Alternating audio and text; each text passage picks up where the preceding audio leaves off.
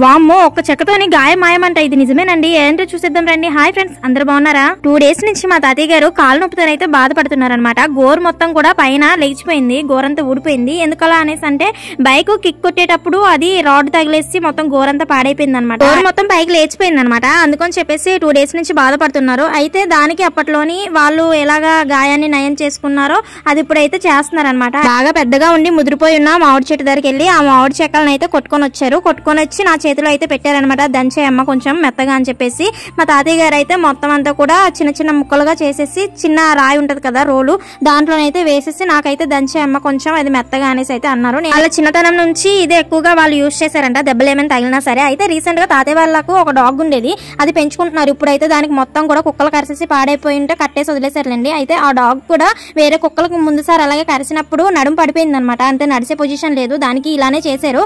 ఇలా చేసినప్పుడు అది నార్మల్ గా మళ్ళీ 3 days తర్వాత లేచి నుంచో నడవడం స్టార్ట్ చేసింది. ఆ కుక్క కూడా బాగా పనిచేసింది అనమాట ఈ వైద్యం. అయితే నేనైతే మెత్తగా దంచేసుకున్నాను. మధ్య మధ్యలో కొంచెం కొంచెం వాటర్ వేసుకొని మెత్తగా అయితే దంచేసుకున్నాను. చూస్తున్నారు కదా, అల్లం వెల్లుల్లి పేస్ట్ సైజ్ లా ఉందన్నమాట అది చూస్తుంటే నాకు.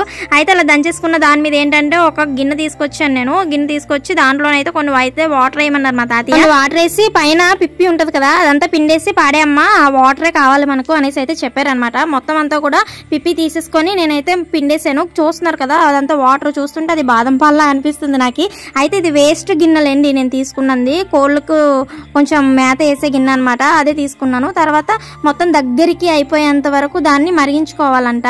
దగ్గరికి అయిపోయిన తర్వాత మరిగించుకొని దాన్ని ఏంటంటే కోడికి అవి ఉంటాయి కదా రెక్కలు, ఆ రెక్కల్లోనే ఒక రెక్క తీసేసుకొని ఆ దాన్ని అయితే తీసుకొని గోరుకు అప్లై చేసుకుంటున్నారు. చూస్తున్నారు కదా. తాతయ్య ఇలా ఎన్నిసార్లు చేయాలి అనేసి అయితే అడిగాను అనమాట నేను. అలాగా 3 పూటలు అప్లై చేసుకోవాలి గోరికి అనేసి అయితే నాతో చెప్పారు. 3 పూటలు అప్లై చేసుకున్న తర్వాత ఏంటంటే నొప్పి అంతా లాగేస్తుందంట. అది నొప్పి అంతా లాగేసిన తర్వాత 3 days తర్వాత మొత్తం గాయం అంతా నయం అయిపోద్ది అనేసి అయితే నాతో చెప్పారనమాట.